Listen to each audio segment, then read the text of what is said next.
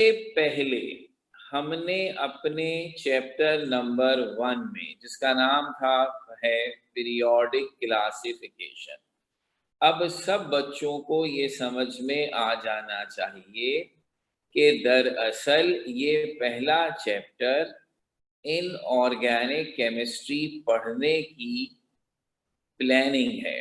हम प्लान कर रहे हैं कि आखिर 92 एलिमेंट्स जो कि नेचुरल एलिमेंट्स, उन्हें अगर हम पढ़ना चाहते हैं, अभी हम ये बात ही नहीं कर रहे कि कंपाउंड, चलो वो भी साथ हो जाएंगे, लेकिन even the number 92 is big enough. और ख़ास तौर पर मैं फिर याद दिलाऊं, अजराए मजाक नहीं कहा था मैंने, 92 एलिमेंट्स के नाम आपको नहीं आते, आपको शायद 15, 20, 25 तक आते हों, मुझे नहीं आते, मैंने खुद साफ साफ कहा था। और हम उन सब के बारे में पढ़ेंगे अब से कुछ दिनों के बाद इंशाअल्लाह ताला। हमारी क्लास के तमाम बच्चों को हर एलिमेंट के बारे में थोड़ा या ज्यादा मालूम हो चुका होगा, नाम नहीं आता होगा। ये बड़ी मजे की बात है। बगैर एलिमेंट्स के नाम के रट्टे मारे आप उन सब की प्रॉपर्टीज के बारे में कुछ ना कुछ जरूर जान जाएंगे, थोड़े दिनों की बात है। और तब आपको एहसास होगा कि ये जो हम आपसे बार बार कह रहे हैं कि एलिमेंट्स की प्रॉपर्टीज एक दूसरे से इंटर रिलेटेड हैं और एक बड़े ही पैटर्न के अंदाज में इन प्रॉपर्टीज के तहत एलिमेंट्स एक दूसरे से कनेक्टेड हैं। और मैंने जो मिसाल दी थी गिनती की, काउंटिंग की, वो बहुत परफेक्ट बैठती है कि दुनिया भर में बच्चों को ज्यादा से ज्यादा 100 तक काउंटिंग सिखाई जाती है, उसके बाद सिखाई नहीं जाती है, वो खुद ही इंटरप्रेट कर लेता है कि अब 100 के बाद क्या होना चाहिए। यही इस खेल का भी मोटिव है कि जब एलिमेंट्स के अंदर इसी तरह सिस्टमैटिक वेरिएशन है अपनी प्रॉपर्टीज की, तो हम चंद एलिमेंट्स को तफसील से पढ़ें और हमें सब के बारे में पता चल जाए। तो अब इस वक्त हम क्या करने जा रहे हैं कि उस पैटर्न को समझें। अगर वो पैटर्न हमारी समझ में आ गया तो फिर पढ़ना बहुत आसान हो जाएगा। तो हमने काम यूं किया कि आपको पहले ये बताया कि इस पैटर्न की सर्च करने में जो लोगों ने कोशिशें की हैं वो तो हजारों की होंगी, हमने चुनकर उसमें से 3-4 को पिक किया, ऐसी कोशिशों को पिक किया जिनसे हमारे असली पीरियोडिक क्लासिफिकेशन यानी पीरियोडिक टेबल को बनाने में हेल्प मिली। तो आपने वो तीनों हिस्टोरिकल अटेम्प्ट्स लास्ट टाइम पढ़ दिए, हर एक से हमने थोड़ा थोड़ा सा कुछ ना कुछ हासिल किया, बट ओवरऑल जाहिर सी बात है वो सारे अटेम्प्ट सही नहीं थे। डोब्रेनर ने आइडिया दिया सबसे पहले कि क्लासिफाई एलिमेंट्स को कैसे करना है, यानी क्लासिफाई होते हैं एलिमेंट। बेशक उसने ट्राइड जो बनाए वो सब गलत बना दिए, लेकिन उसकी वजह से ये आइडिया लोगों के जहन में आया, yes you can classify element by some means. Newland ने तबाही फैला दी पीरियोडिसिटी का आइडिया देकर, रिमार्केबल आइडिया था। अगर बच्चा बचपन में सही हाथों में परवरिश पाता और ये म्यूजिक के चक्कर में ना पड़ता तो शायद वो हमारा काम कर जाता, लेकिन वो म्यूजिक से इंस्पिरेशन जो है उसने उसे थोड़ा सा नुकसान पहुंचाया। और वो ये समझा कि एलिमेंट्स की क्लासिफिकेशन इतनी सिंपल है कि बस हर एक को 8 के बाद रिपीट कर दो और ऑक्टेव बनाकर जान छुड़ाओ। जब आप पूरा टेबल बनाएंगे, मेरा ये जुमला अगर आपको याद रहे तो आपको एहसास होगा ये क्लासिफिकेशन बेशक बहुत जबरदस्त है, इससे हमें बड़े फायदे होने हैं, लेकिन ये सिंपल नहीं है, ये ठीक ठाक कॉम्प्लिकेटेड किस्म की क्लासिफिकेशन है। तो इसे ढूंढने में इसीलिए टाइम लगा, लेकिन जब हमें इसकी समझ आ गई तो अब हमारे बल्ले बल्ले हो चुके हैं। बहरहाल तीसरे आदमी ने महज इस बात का प्रूफ प्रोवाइड किया कि एलिमेंट्स पीरियोडिक हैं, यानी लॉथरमेयर ने ग्राफ बनाकर और ये भी समझा दिया कि इतना सिंपल नहीं है इनका periodic trend.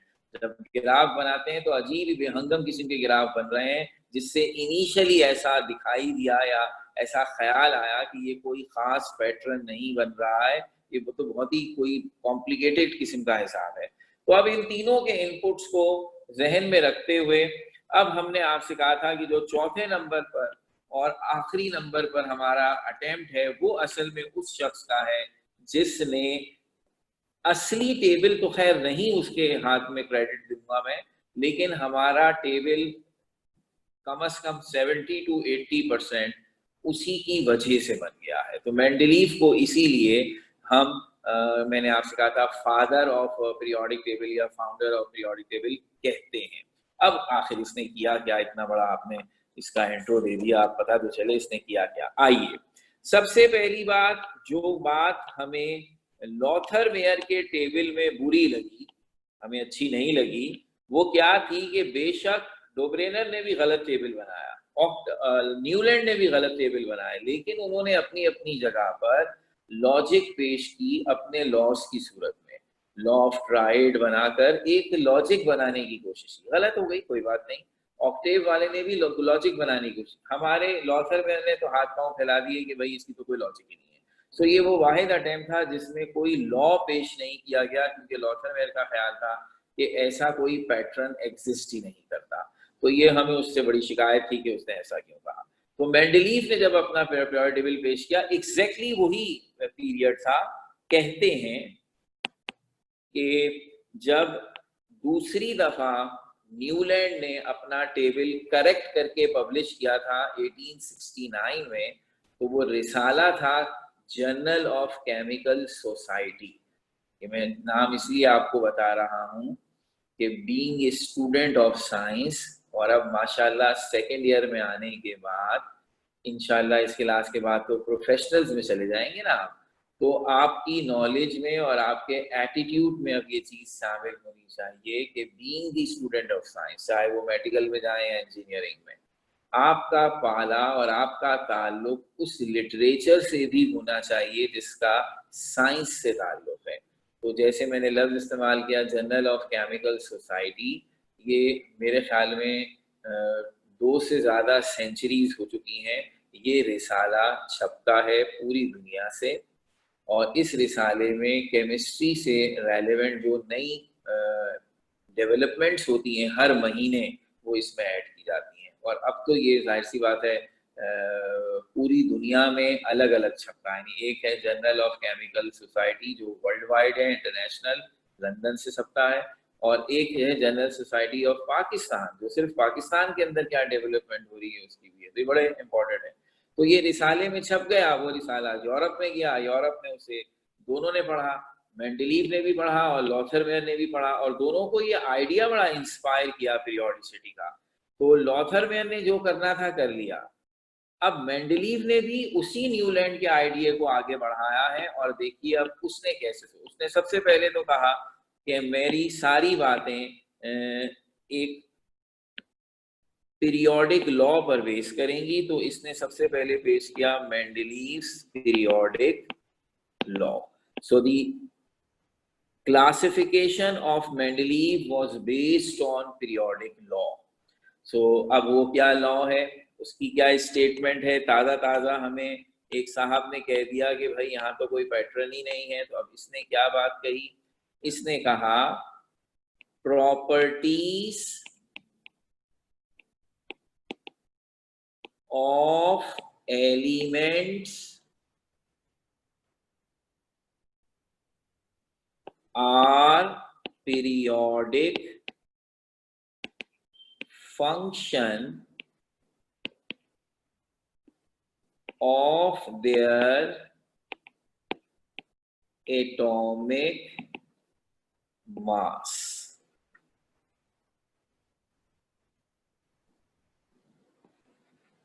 Masses. Simple statement. Properties of elements are periodic function of their atomic masses. क्या मतलब है इस बात का, जरा अल्फाज पे गौर करते हैं। आपके लिए जो लफ्ज चैलेंजिंग हो सकता है कि ये क्या होता है, वो लफ्ज होगा सबसे पहले फंक्शन। तो ये क्या होता है, पहले मैं लफ्ज फंक्शन समझाता हूं, फिर बीच में पीरियोडिक भी डाल देंगे। अगर मैं आपसे कहूं A is a function of B, जुमला लिखते हैं हम, A is a function of B, तो इसका मतलब होगा ए डिपेंड्स अपॉन बी। अगर कोई चीज किसी दूसरी चीज का फंक्शन है तो इसका मतलब वो उस पर डिपेंड करता है। तो अब ए की जो भी वैल्यू है वो बी की वैल्यू पर डिपेंड करती है। बी अपनी वैल्यू को जिस तरह से चेंज करेगा ए में भी वैसे ही चेंज आएगा। तो फंक्शन का मतलब हम लेते हैं डिपेंडेंस, किसी चीज का किसी दूसरी चीज पर इन्हिसार करना, डिपेंड करना। तो इसका मतलब ये हुआ कि जुमले में अगर मैं लफ्ज पीरियोडिक अभी ओमिट कर दूं तो मैं पढ़ूंगा properties of elements are function of their atomic masses.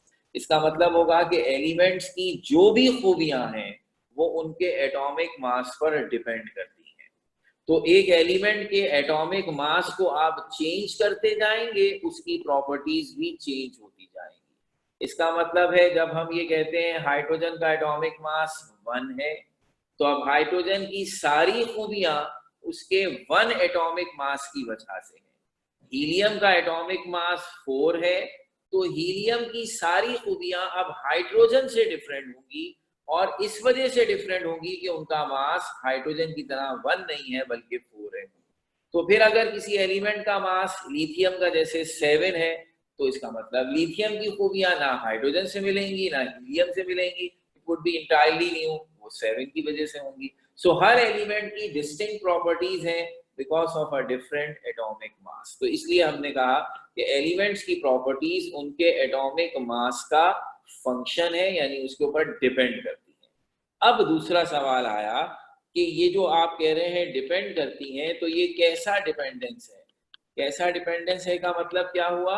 आप हमें ये बताइए कि डिपेंड करने में भी तो बहुत सी बातें आती है ना। अगर मैं बी की वैल्यू को बढ़ाऊं और ए की वैल्यू भी बढ़ जाए तो आप कहेंगे ना ए बी पे डिपेंड करता है, तो ये कहलाएगा लीनियर फंक्शन, जिसमें एक की वैल्यू बढ़ाने से दूसरे की वैल्यू बढ़ती है, या डायरेक्ट फंक्शन जिसे आप डायरेक्टली प्रोपोर्शनल भी कह देते थे।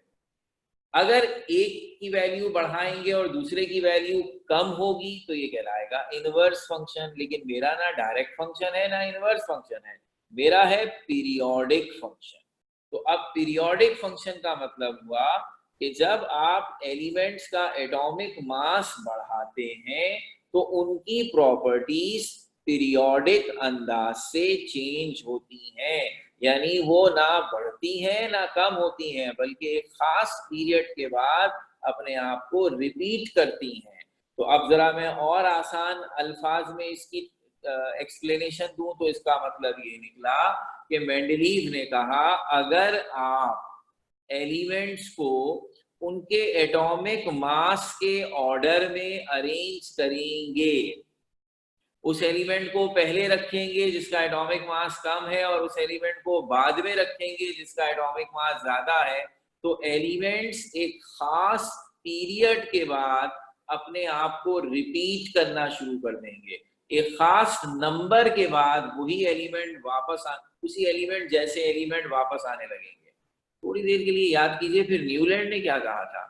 न्यूलैंड ने कहा था कि अगर आप एलिमेंट्स को उनके एटॉमिक मास के ऑर्डर में अरेंज करेंगे तो हर 7 एलिमेंट के बाद 8th एलिमेंट अपने आप को रिपीट करेगा। तो जैसा एलिमेंट फर्स्ट होगा 8th एलिमेंट बिल्कुल वैसा होगा। तो रिपीटिशन आफ्टर 8, ये था ना कॉन्सेप्ट। इसने क्या कहा, अगर आप एलिमेंट्स को उनके एटॉमिक मास के ऑर्डर में अरेंज करेंगे तो एलिमेंट अपने आप को रिपीट करेंगे आफ्टर सर्टेन पीरियड।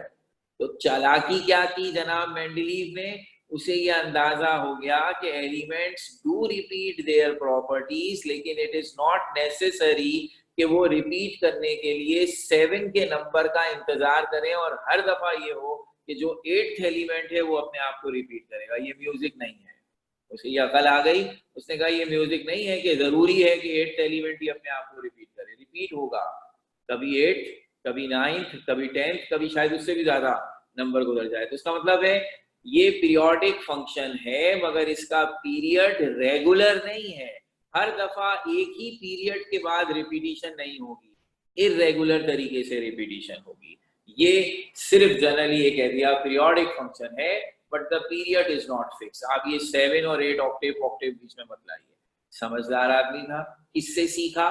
न्यूलैंड की नाकामी से सीखा कि ये 7 बीच में नहीं लाना, ये म्यूजिक इसमें नहीं आएगा। ओके, ये स्टेटमेंट देने के बाद अब इसने किया क्या, मैं थोड़ा सा इस आदमी के बारे में भी आपको इसकी बायोग्राफी भी थोड़ी सी बताऊं और इंटरेस्ट थोड़ा सा शायद पैदा हो जाए।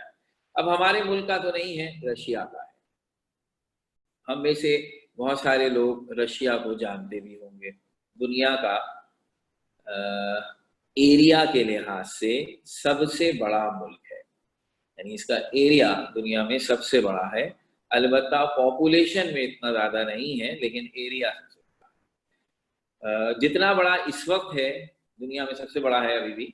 लेकिन आज से तकरीबन 25-26 ईयर्स पहले ये इससे भी बड़ा था, तकरीबन इससे डबल था। फिर 1990s में इस मुल्क के टुकड़े हुए और इसमें से तो टोटल मेरे ख्याल में कोई 15 या 16 कंट्रीज बन गई। तो ये जो आप सुनते हैं कुछ कंट्रीज के नाम, आज़रबाईजान, ताजिकिस्तान, किर्गिस्तान, ताजिकिस्तान, तेरा भाईजान, मेरा भाईजान, ये सारे के सारे जो हैं ये पहले रशिया का हिस्सा थे, अब अलग हो गए। लेकिन इसके बावजूद, इतने टुकड़े होने के बावजूद भी still this is a big country. ये मैंने आपको इसलिए बताया कि आजकल भी ऐसा है, लेकिन कुछ अरसे पहले दुनिया में दो बड़ी सुपर पावर्स हम मानते थे, तो कॉल्ड, एक अमेरिका को और एक रशिया को, ये कहलाता था यूएसएसआर। तो इसको इसलिए एक बहुत जबरदस्त सुपर पावर माना जाता था कि जितनी भी साइंटिफिक डेवलपमेंट होती थी वो आधी अगर अमेरिका वाले करते थे तो आधी ये यूएसएसआर यानी रशिया वाले करते थे। टेक्नोलॉजी में दोनों एक दूसरे के दुश्मन भी थे और एक दूसरे की टक्कर पे भी थे। तो साइंस में जितनी भी तरक्की की है उसमें कह लीजिए कि दोनों तरफ का तकरीबन बराबर बराबर हिस्सा है। इसका मतलब है, मैं और आप शायद नाम से ना जानते हों, लेकिन रशिया में साइंस की हर फील्ड से बहुत बड़े बड़े साइंसदान निकले हैं। उन्होंने हर फील्ड में तरक्की की है, चाहे वो मेडिकल हो, चाहे वो फिजिक्स हो, चाहे वो केमिस्ट्री हो, चाहे वो मैथमेटिक्स हो। तो हर एक में एक दो नहीं, बेशुमार साइंसदान वर्ल्ड क्लास के निकले हैं। यूँ समझ लीजिए, जो मोटी मोटी बात मैं बता सकूं, अगर स्पेस में सबसे पहले जो एस्ट्रोनॉट गया था वो रशिया का था। मून पर अमेरिका वाले ने कदम रखा था, लेकिन जो स्पेस में गया था, मून पे नहीं, सिर्फ स्पेस में जाकर वापस आया था, वो रशिया का था। तो ये स्ट्रॉन्ग, मैंने ये बात इसलिए कही कि आपको ये अंदाजा हो कि रशिया में साइंसदानों का एक बहुत बड़ा ग्रुप है जो इंटरनेशनली फेम है। हर एक ने बड़े बड़े कारनामे किए होंगे, एटम बम भी बनाया, ये जाहिर सी बात है। तो अब अगर हम रशिया में किसी से पूछें कि आप अपने साइंसदानों की लाइन बनाकर बताएं सबसे टॉप पर किसे रखना पसंद करेंगे, कौन आपका सबसे बेहतरीन साइंटिस्ट है ओवर द हिस्ट्री, तो वो मेंडलीव का नाम देते हैं। कहते हैं मेंडलीव हमारे साइंसदानों का अब्बा है, फादर है, ये सबसे बड़ा साइंटिस्ट है। तो आपके और मेरे दिल में क्या आई बात, वो भी इसने कोई बहुत ही बड़ा कारनामा किया होगा, वो 15-16 एटम बम बना दिए होंगे, या पता नहीं कोई स्पेस शटल बना दी होगी, कुछ तो किया होगा। तो जब हम पूछते हैं मेंडलीव का कारनामा बताइए जिसे आप इतना बड़ा साइंसदान, भाई हम अपने मुल्क में पूछे पाकिस्तान का सबसे बड़ा साइंसदान, हर बच्चे के मुंह पे फौरन नाम आ जाएगा डॉक्टर अब्दुल कदीर। उसके बाद तो वहां पर नाम ही खत्म हो जाते हैं, और उसने एटम बम बनाया, इससे बड़ी और क्या बात होगी। तो हमारे लिए कितना बड़ा। तो फिर मेंडलीव, रशिया वालों ने तो पता नहीं क्या क्या बना दी। हम कहते हैं मेंडलीव का कारनामा ये कि उसने एक पीरियोडिक टेबल बनाया और वो भी गलत है। तो अजीब सी बात हो गई। फर्ज कर लें वो पीरियोडिक टेबल सही भी बना देता तो ठीक है, इस पीरियोडिक टेबल का इनऑर्गेनिक केमिस्ट्री में बड़ा अहम रोल है, लेकिन आप पीरियोडिक टेबल को एटम बम बनाने से तो कंपेयर नहीं कर सकते ना। एक छोटी सी का कंट्रीब्यूशन होती है, पीरियोडिक टेबल बना लेता, अगर वो भी गलत बनाया तो फिर इसको क्यों इतनी अहमियत दे रहे हैं। तो फिर ये बात मैंने खासतौर पर आपसे कही इसीलिए है कि थोड़ी इन बातों के साथ ही सीख जाएं तो जिंदगी संवर जाएगी। जिंदगी में कामयाबी, आपने भी आगे पता नहीं कितने अप डाउन देखने हैं लाइफ में, अभी एंटर होंगे ना जब अपनी प्रोफेशनल लाइफ में, तो अंदाजा होगा। अभी तो जाहिर सी बात है डिपेंडेंट है पेरेंट्स पर, तो आपको पता चलेगा लाइफ में इस बात की अहमियत नहीं है आपने अचीव क्या किया, मेंडलीव ने क्या बनाया, ये नहीं था इम्पोर्टेंट। इम्पोर्टेंट था कैसे किया, द वे। आपको एक चीज बनी बनाई मिल गई तो इसमें आपका क्या कारनामा है, आपको क्यों क्रेडिट दे दें हम। क्रेडिट तो हम उसको देंगे जिसकी मेहनत से ये सब बना है। तो मेंडलीव उन लोगों में शामिल था जिसकी लाइफ हिस्ट्री में जितनी स्ट्रगल है, मैं थोड़ी मोटी मोटी बातें बताऊंगा, इतना टाइम नहीं है कि मैं आपको इसकी पूरी कहानी सुनाऊं, कभी मौका लगे नेट से पढ़ लीजिएगा। इतनी जबरदस्त लाइफ स्ट्रगल है कि रशिया में जैसे हम अपने मुल्क में ऐसा करते हैं, मुख्तलिफ लोगों की बायोग्राफी हम अपनी बच्चों को उर्दू में, इंग्लिश के सब्जेक्ट्स में पढ़ाते हैं ताकि उनको पता चले कायद आजम ने क्या किया, अल्लामा इकबाल ने क्या किया, वगैरह वगैरह। हमारी रिलीजियस पर्सनालिटीज भी हैं, हमारी नेशनल पर्सनालिटीज भी हैं। उनकी बायोग्राफी हम अपने बच्चों को इसीलिए पढ़ाते हैं ना कि वो सोर्स ऑफ इंस्पिरेशन बने, उन्हें पता लगे कि ऐसे गुजारोगे लाइफ, इतना स्ट्रगल करोगे तो तुम्हें भी कामयाबी मिलेगी। तो रशिया वाले इसको पढ़ाते हैं। तो मेंडलीव मॉस्को के करीब एक छोटा सा गांव था और वो अच्छा खासा दूर था, मेरे ख्याल में 150 किलोमीटर का रास्ता था। वहां रहता था, बहुत ही पुअर फैमिली थी और फैमिली भी बहुत बड़ी थी। 17 बहन भाई थे ये मेंडलीव वगैरह सारे, और उसमें सिर्फ मेंडलीव वाहिद था जिसे पढ़ने का शौक था, बाकी किसी को नहीं था। तो जो एक दुख भरी कहानी, जो रशिया वाले जिसकी वजह से बड़े जज्बाती रहते हैं, उनका मुल्क तो हमारी तरह नहीं है ना, वो तो गरीब लोग कम ही होते हैं। वो ये है कि मेंडलीव को जब अपने स्कूल, हाई स्कूल यानी कॉलेज इंटर कह लीजिए कर लिया था और उसे यूनिवर्सिटी में दाखिला लेना था, तो यूनिवर्सिटी मॉस्को में थी। इसकी वालदा इसकी बहुत फेवर में थी कि मैं इस वाले को पढ़ाऊंगी क्योंकि इसको पढ़ने का शौक है। तो अब मसला ये था कि इनके पास, फैमिली के पास जितने पैसे थे ना, उन पैसों से या तो ये अपने गांव से मॉस्को ट्रैवलिंग कर लेते, यानी जाने का किराया 150 किलोमीटर है, और अगर आपको ना पता हो तो मैं बता दूं, रशिया पोल्स के करीब है, तो वहां पर सर्दी बहुत पड़ती है, यानी मॉस्को के शहर में और इसके आसपास गर्मियों में बहुत कम ऐसा होता है कि टेम्परेचर 0 से ऊपर हो जाए। सो बहुत ही यख सर्दी वाले इलाके हैं। तो अब या तो ये पैदल वो मॉस्को पहुंच जाएंगे तो इतना किराया है, या फिर मॉस्को पहुंचकर यूनिवर्सिटी में एडमिशन लेना है तो उसके एडमिशन में लगेगा। तो अब अगर वो किराया लगाकर मॉस्को जाते हैं तो फिर मॉस्को पहुंचने के बाद पैसे नहीं होंगे तो यूनिवर्सिटी में दाखिला नहीं मिलेगा। यूनिवर्सिटी के दाखिले के पैसे बचा के रखते हैं तो मॉस्को पहुंचेंगे कैसे, किराया नहीं है। तो दोनों में से एक काम हो सकता है। तो इस कहा यह जाता है, अब कितना सच कितना झूठ ये रशिया वाले जाने, कि दोनों माँ बेटे जो हैं उन्होंने पैदल सफर किया था वो 150 किलोमीटर सख्त सर्दी में, from that particular village to Moscow, ताकि पैसे बचें और मॉस्को जाकर उन पैसों से ये बच्चा जो है यूनिवर्सिटी में दाखिला ले सके। ये इसी दुनिया की बातें बता रहा हूँ आपको। तो मेंडलीव ने ऐसा किया, बहुत ही हार्ड वर्कर और बंदा था ये। इसने वहां जाकर सबसे पहले जो उसको पीएचडी के लिए एक तरह से थीसिस मिला था वो यही था कि एलिमेंट्स को क्लासिफाई करने का कोई नया तरीका निकालो। तो इसे दिया गया सब कुछ स्टफ कि अब तक क्या हुआ है, लेकिन उसको चैन नहीं आया। इसने फिर खुद ट्रैवल किया और जाहिर सी बात है पैसे फिर भी कमी होते थे, और ये यूरोप के मुख्तलिफ मुल्कों में गया, फर्स्ट हैंड इंफॉर्मेशन ली कि कौन कौन से एलिमेंट डिस्कवर हुए हैं और उनकी क्या प्रॉपर्टीज हैं। तो इसके पास जो डाटा था 1869, बड़ा जबरदस्त और कहते हैं अपडेट डाटा था। 1869 में ये सब हुआ था और इसके बाद जो डाटा था उसमें 56 एलिमेंट्स हो गए थे। जब न्यूलैंड ने पहला टेबल बनाया था 1864 में, तो मैंने आपसे कहा था 49 एलिमेंट थे। अब ये 4-5 सालों में अब ये तादाद हो चुकी है 56। अब इन 56 एलिमेंट्स को अरेंज करना है। मेंडलीव ने क्या लॉजिक अपनाई, उसके सामने मॉडल है न्यूलैंड का, जिसमें उसने कोशिश की एलिमेंट्स को पीरियोडिक तरीके से अरेंज करने के लिए। तो उसे क्या पता चला कि पहले 17 एलिमेंट बहुत अच्छी तरह अरेंज हुए, लेकिन उसके बाद गड़बड़ हो गई। तो अब ये गड़बड़ क्यों?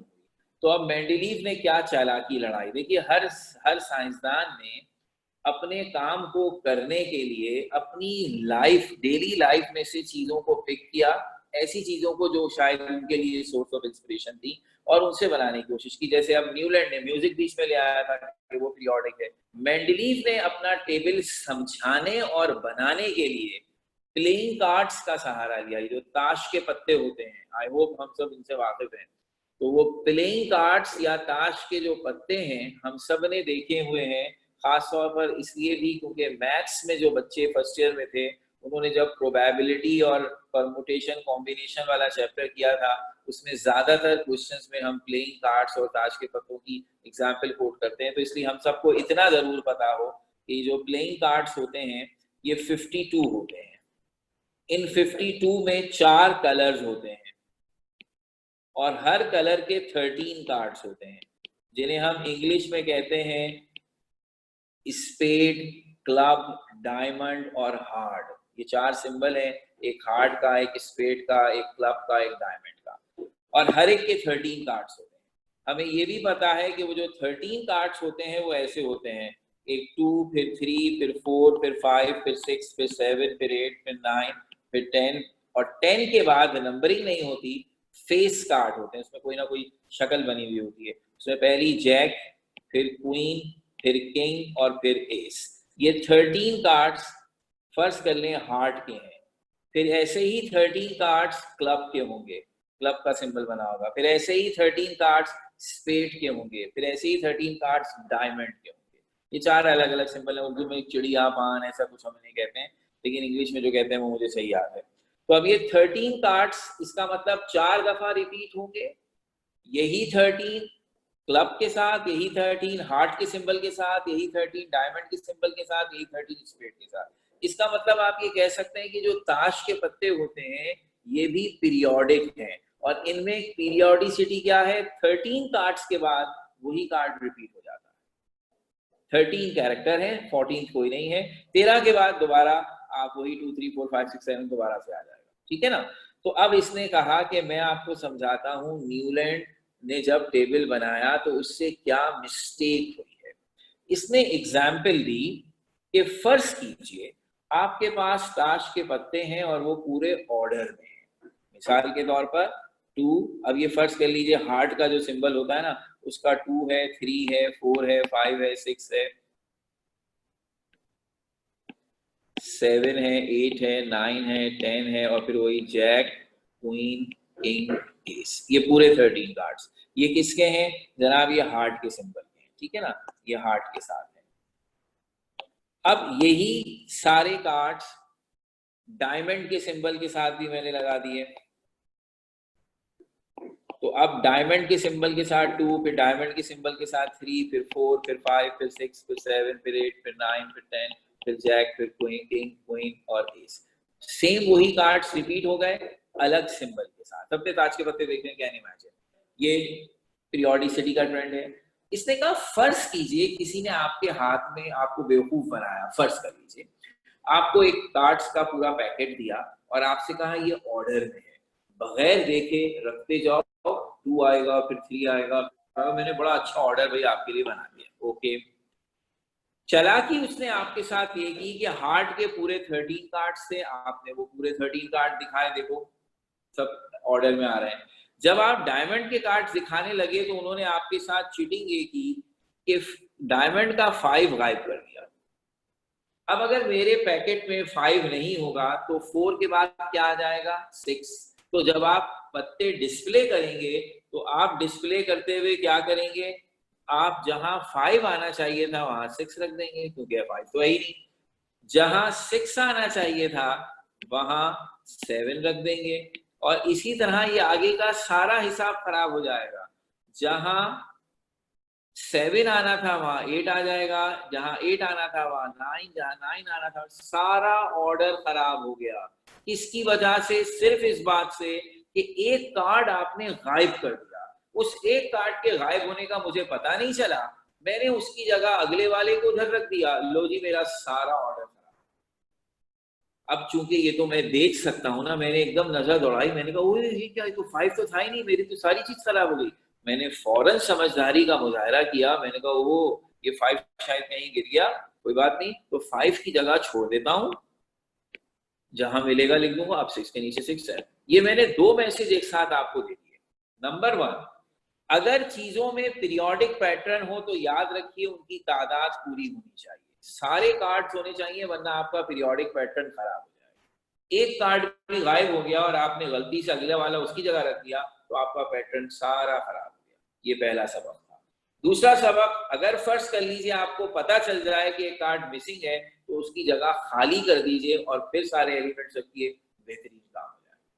तो अब इस एग्जाम्पल को देखते हुए हमारे मेंडलीव ने न्यूलैंड के टेबल में क्या कहा, अब मैं आपके सामने वो एक्सट्रैक्ट दोबारा बना रहा हूं जो मेंडलीव के टेबल के लिए मैंने आपको बताया था। पहला एलिमेंट हाइड्रोजन, दूसरा लिथियम, तीसरा बेरिलियम, फिर बोरॉन, कार्बन, नाइट्रोजन, ऑक्सीजन, ये पहले 7 एलिमेंट, और इनके नीचे fluorine 19, sodium 23, magnesium 24, aluminium 27, silicon 28, phosphorus 31, sulphur 32, इलोरीन 35.5, potassium 39 और कैल्शियम 40। आपको याद है ये थे पहले 17 एलिमेंट जिनके बारे में न्यूलैंड का था कि ये बिल्कुल सही है।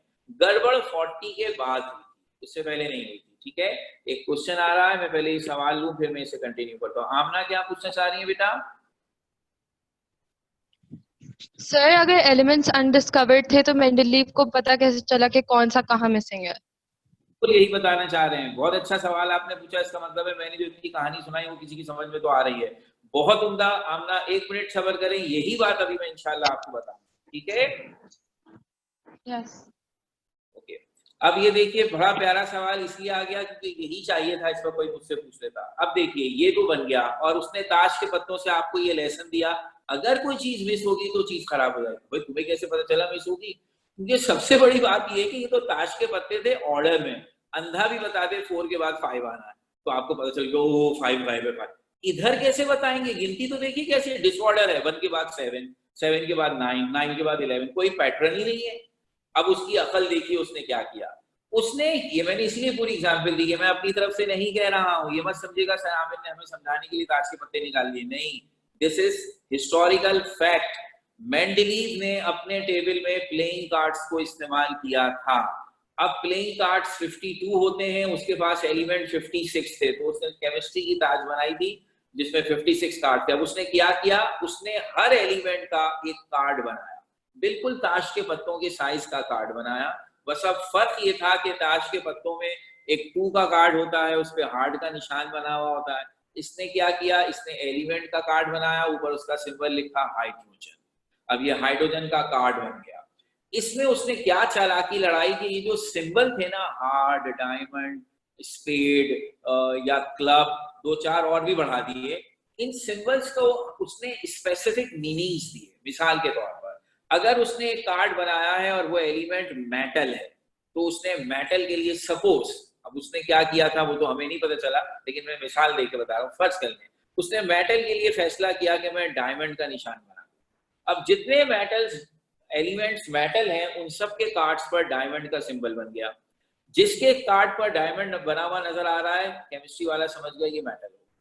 अच्छा, अगर फर्ज कर लीजिए कोई गैस है, तो फर्ज हमने उसके लिए हार्ट का सिंबल बना दिया। कोई एसिडिक एलिमेंट है उसके लिए एक सिंबल बना दिया, कोई बेसिक कैरेक्टर रखता है उसके लिए एक सिंबल। इसका मतलब है हर एलिमेंट की जो मेजर 3 4 प्रॉपर्टीज हैं वो अलग अलग सिंबल्स के जरिए उसके कार्ड पर बना दिया। अब हर एलिमेंट के 56 कार्ड थे और हर कार्ड पर 3 3 4 4 सिंबल्स बने हुए थे जो ये रिप्रेजेंट करते थे कि ये एलिमेंट एक मेटल है, इसमें बेसिक कैरेक्टर है, इसमें फला प्रॉपर्टी है, इसमें फला प्रॉपर्टी है। अब इस तरह 56 कार्ड उसके सामने आ गए और हर एक में अलग अलग कॉम्बिनेशन के सिंबल्स बने हुए हैं। अब छोटे बच्चे ताश कैसे खेलते हैं? उनको तो खेलना नहीं आता ना। उनके लिए सबसे आसान काम क्या है कि जब आप बहुत ही छोटा बच्चा जो होता है ना घर में उसको दे दें, तो उसको सिर्फ इतना पता है कि ये जो हार्ट का निशान बना हुआ है सारे हार्ट के निशान वाले एक तरफ कर देगा, सारे स्पेड के निशान वाले, उसको गिनती भी नहीं आती ना, वो तो सिर्फ शक्लें देख देख कर सेपरेट कर देगा। तो यही मेंडलीव ने किया। मेंडलीव ने अपने घर के नोटिस बोर्ड पर कार्ड्स लगाने शुरू किए। उसने क्या किया, उसने हाइड्रोजन का कार्ड लगाया। अब उसकी नजरें थी कि कौन सा कार्ड ऐसा है जिसमें एग्जैक्टली वही सिंबल बने हुए हैं जो हाइड्रोजन में बने हुए, यानी जो हाइड्रोजन से सिमिलर है। पता चला फ्लोरीन और क्लोरीन में एग्जैक्टली वही सिंबल आ रहा है। इसने कहा ओके, इसका मतलब ये तीनों एलिमेंट एक जैसे, उन तीनों को एक लाइन से रख दिया। इत्तेफाक की बात है ये न्यूलैंड ने भी ऐसे ही किया था। अच्छा, इसने न्यूलैंड को कॉपी नहीं किया है, ये अपने हिसाब से चल रहा है। फिर इसने देखा लिथियम पे कौन से सिंबल बने हुए हैं, इन सिंबल्स वाले और कितने कार्ड हैं, पता चले 2 और हैं, चलो भाई ये भी मिल गए। फिर बेरिलियम का सिंबल देखा, इस पे जो कॉम्बिनेशन बना हुआ है इस जैसे एलिमेंट और कितने हैं, पता चला मैग्नीशियम और कैल्शियम है। बल्ले बल्ले हो गई। अब आया असल मसला। फिर इसने उठाया बोरॉन और देखा बोरॉन जैसे सिंबल और किस किस कार्ड पर हैं, वो एल्यूमिनियम पे थे और किसी कार्ड पर नहीं। इसे बोरॉन और एल्यूमिनियम जैसे प्रॉपर्टीज रखने वाला तीसरा एलिमेंट मिला ही नहीं। ऑल 56 कार्ड्स में वो एलिमेंट था ही नहीं। अब न्यूलैंड भाई ने यहाँ स्कैंडियम नाम का एक एलिमेंट रखा था, लेकिन मेंडलीव ने देखा कि स्कैंडियम की प्रॉपर्टीज और बोरॉन एल्यूमिनियम की बिल्कुल अलग हैं। स्कैंडियम पर जो उसने सिंबल्स बनाए हैं वो तो कुछ और हैं। ये ओनो का पत्ता बीच में कहां से आ गया? ओनो समझते हैं ना? ओनो भी इसी तरह खेला जाता है ना, उसमें ड्रॉ 4 होता है। अब आप ताश के पत्ते अरेंज कर रहे हो कि हार्ड एक तरफ करो, स्पेड एक तरफ करो, बीच में ओनो का पत्ता आ जाएगा, तो आप क्या करेंगे? अपने आप इसको तो साइड पे करो, ये कहाँ बीच में आ गया, ये मेरी ताश में थोड़ी आएगा। उसने कहा ये तो स्कैंडियम तो बिल्कुल ही अलग थलग है, ये कहाँ से आ गया, ये थोड़ी आएगा। आएगा यहाँ। मुझे वो कार्ड चाहिए जो बोरॉन और एल्यूमिनियम जैसे सिंबल रखता है, वो मिल ही नहीं रहा। जब वो नहीं मिल रहा तो उसे अकल आ गई कि सारी गड़बड़ यही थी कि जो असल एलिमेंट यहाँ आना था वो तो है नहीं, और मियां मेंडलीव साहब, न्यूलैंड साहब ने अपनी तरफ से स्कैंडियम को डाल दिया कि भाई इसका एटॉमिक मास 45 बनता है जो कैल्शियम के बाद आ रहा है। उसने कहा भाड़ में का एटॉमिक मास, मैं भी फिलहाल एटॉमिक मास नहीं देख रहा हूँ, मैं तो देख रहा हूँ कौन सा एलिमेंट मेरे हिसाब से बोरॉन और एल्यूमिनियम के नीचे आना चाहिए, वो नहीं है। अच्छी तरह देख लिया, नहीं है। इसने कहा इसका मतलब ये एलिमेंट अभी डिस्कवर नहीं हुआ, ये एलिमेंट आएगा, जब आएगा तो इसकी खूबियां बोरॉन एल्यूमिनियम जैसी होंगी तो मैं उसको यहाँ रखूंगा, वरना मैं नहीं रखूंगा। तो खलबली मच गई, कैसी बातें कर रहा है, अभी सुनते जाइएगा, बहुत जबरदस्त बात है। अब आया अगला कार्बन, उसके नीचे है सिलिकॉन। उसने देखा इन दोनों के कार्ड्स के सिंबल्स बिल्कुल एक जैसे हैं, यानी ये दोनों सिमिलर एलिमेंट है। तो अब ऐसा तीसरा चाहिए। अब ऐसा तीसरा देखा, वो भी नहीं मिला। बदकिस्मती देखिए, वो भी नहीं मिला। तो घबराया नहीं कि लोग क्या कहेंगे, अभी तो सारा टेबल ही खाली करता जा रहा है। इसने कहा नहीं, ये भी एलिमेंट डिस्कवर नहीं हुआ, खाली जगह छोड़। अच्छा भाई, खाली जगह छोड़ दी, फिर छोड़ दी। अब आया वो नाइट्रोजन, इसके सिंबल्स फास्फोरस से मिल रहे हैं, दोनों सिमिलर हैं। ओहो, इनका तीसरा साथी भी मिल गया, वो था आर्सेनिक। बेहतरीन, ये तीनों बिल्कुल एक जैसे हैं। उसने आंखें बंद करके आर्सेनिक यहाँ रख दिया। ऑक्सीजन, सल्फर, इनका तीसरा पार्टनर सिलीनियम, बिल्कुल यहाँ रख दिया। कुछ नहीं सोचा, रख दिया। अब आपको क्या बुरा लग रहा है? दो बातें। वो एलिमेंट जो असल में न्यूलैंड ने यहाँ रख दिए थे, स्कैंडियम था, वो कहाँ गया उसकी तो अभी बात ही नहीं होगी, बाद में बता देंगे। लेकिन ये दो की जगह खाली है, ये बड़ी भयानक बात हो गई है। साइंस में सबसे ज्यादा जो बड़ा चैलेंज आता है ना साइंसदानों को, वो यही है, जब वो अपनी कोई थ्योरी चेक करवाना चाहते हैं ना, तो उनके पास सिर्फ एक ही तरीका होता है कि वो अपनी थ्योरी की मदद से कोई चीज प्रिडिक्ट करें, कोई दावा करें ये होगा, और वो हो जाए तो फिर तो बल्ले बल्ले हो जाती है, और अगर वो ना हो तो जूते पड़ते हैं। भरी पड़ी है साइंस की तारीख ऐसी बातों से। ये अभी पिछले दिनों सोलर इक्लिप्स हुआ था, आपने भी सुना होगा ना, कुछ दिनों पहले चांद सूरज ग्रहण हुआ था। चांद ग्रहण तो अभी हुआ है, तो ये सोलर इक्लिप्स और लूनर इक्लिप्स अक्सर होते रहते हैं। अच्छा, अब साइंस वालों को पता है ये क्यों होते हैं, तो उन्होंने बड़ी बेहतरीन हिसाब किताब बनाया हुआ है। वो आज आपको बता देंगे कि 10 साल के बाद अगर सोलर इक्लिप्स होना है तो कहाँ होगा, कहाँ से नजर आएगा, कितने बजकर कितने मिनट पर होगा, और कौन देखेगा कौन नहीं, सब बता देंगे। अभी भी हो जाता है। ये कहानी आज हमारे लिए बड़ी एडवांस हो गई, कुछ अर्से पहले इतने अच्छे नहीं थे हम। आज से तकरीबन 115 साल पहले, अगर मैं छोटा सा किस्सा जल्दी से आपको सुना दूं, 1905 का दौर था, और हमारे साइंसदानों ने अपने हिसाब किताब से प्रिडिक्ट किया कि एक सोलर इक्लिप्स आने वाला है, और वो जो है पूरी दुनिया में नहीं देखा जाएगा, साउथ अफ्रीका में नजर आएगा। सिर्फ जगह बता दी, फला जगह पर, डेट बता दी, मार्च का कोई दिन था, वहां इतने बज के इतने मिनट पे आपको नजर आएगा। अच्छा, सोलर इक्लिप्स देखने के लिए साइंसदानों को क्या इतनी परेशानी होती है?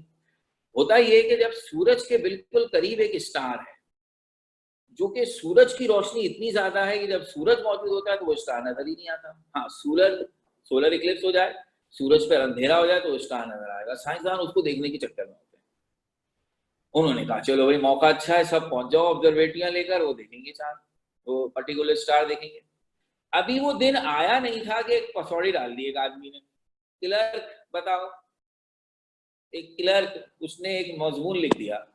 उसने लिखा ये सारे बेवकूफ हैं जो ये बातें कर रहे हैं, कोई सोलर इक्लिप्स 1905 के इस दिन नहीं होगा, ये इससे कुछ दिन पहले हो जाएगा। उसने वो डेट लिखी, टाइम लिखा, और उसने ये भी बता दिया कि ये जो सोच रहे हैं कि हमें फला स्टार नजर आएगा, तो ये स्टार नजर आएगा, मगर जहां ये सोच रहे हैं वहां नहीं नजर आएगा, यहाँ नजर आएगा। पूरी कैलकुलेशन करके उसने दे दी अपनी थ्योरी बना करके। इस वजह से लो भाई, एक नया मुसीबत हो गया। अब चूंकि इसकी बताई हुई डेट पहले थी, तो साइंसदानों का एक ग्रुप पहुंच गया, चलो चेक कर लेते हैं, सही हो गई बात तो बल्ले बल्ले हो जाएगी, नहीं तो छोड़ेंगे नहीं इसको, हमारा टाइम जाया किया इसने। हुआ ये कि अब 1905 में, जिस दिन उस पर्टिकुलर क्लर्क ने हमें ये बात बताई थी, जब साइंसदानों की टीम वहां पहुंची तो सब कुछ एज इट इज वैसे ही हुआ जैसा उस बंदे ने प्रेडिक्ट किया था। तो आप सोच सकते हैं क्या हालत हुई होगी। एक दिन पहले तक कोई उसे जानता नहीं था कि वो था कौन जिसने ये बात की, और उससे अगले दिन से लेकर आज तक सब उसको जानते हैं, और उसका नाम था अल्बर्ट आइंस्टाइन। ये वो क्लर्क था जो एक पेटेंट कंपनी थी साइंस की जिसमें क्लरिकल ऑथर मौजूद था, इसने वहां से ये मजमून लिखा था और बिल्कुल सही निकला। और ये जिस थ्योरी पर बेस्ड था वो कहलाती है स्पेशल थ्योरी और जनरल थ्योरी ऑफ रिलेटिविटी। थोड़ी सी आप पढ़ेंगे इस साल तो आपको पता चलेगा क्या बता है। लेकिन ये किस्सा मैंने आपको सुनाया इस वजह से कि आइंस्टाइन के नाम से मशहूर तब हुआ जब उसने अपनी थ्योरी से प्रेडिक्शन की और वो प्रेडिक्शन बिल्कुल सही निकली। न्यूलैंड, अब ये मेंडलीव पर भी यही वक्त आया हुआ, ये थोड़ा पहले के जमाने का है भारत।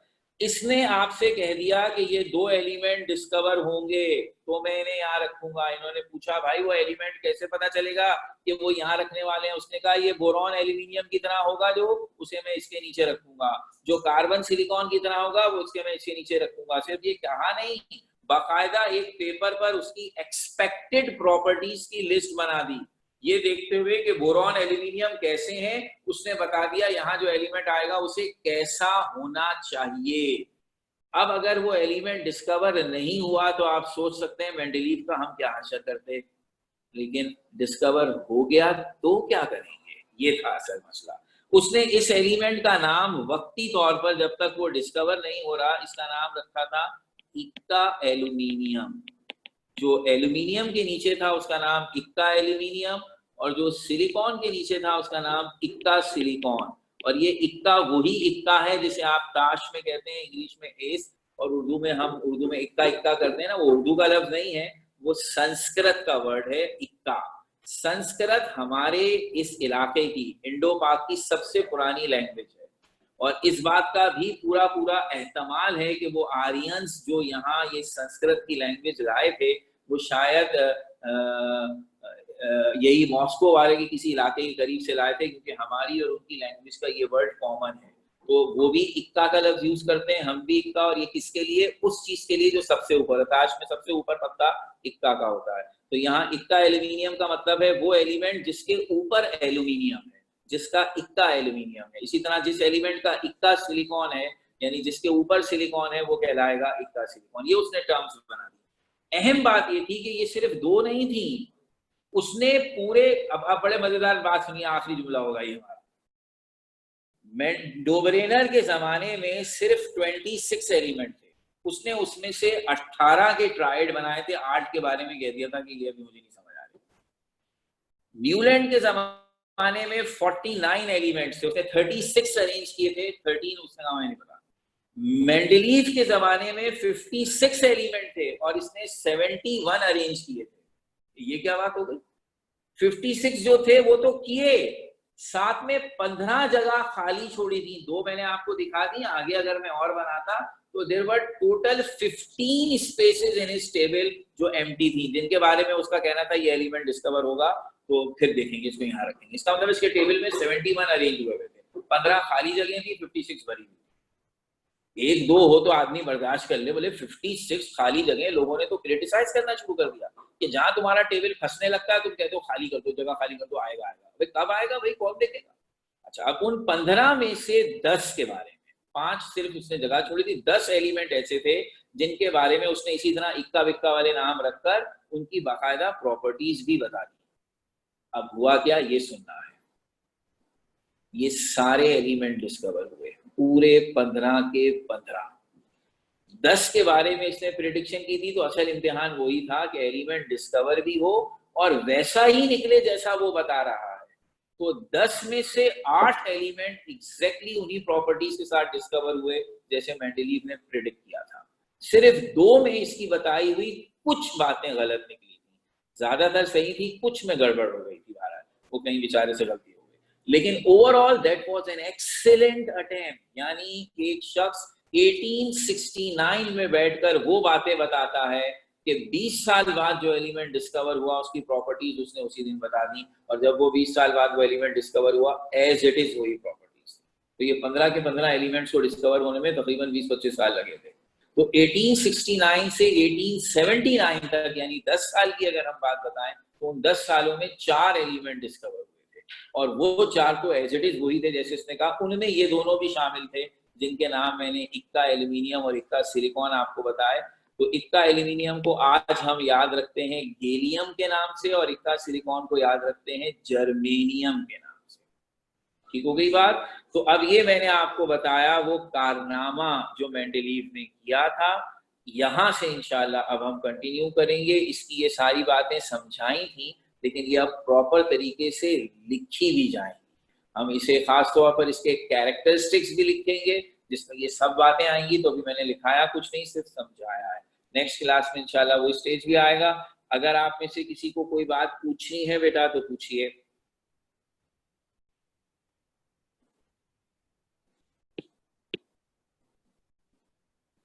तो फिर अब हम आज की क्लास खत्म कर रहे हैं। अब आप कोई 5-7 मिनट का गैप लेंगे और फिर उसके बाद हम आपकी अगली क्लास शुरू करेंगे। Thank you.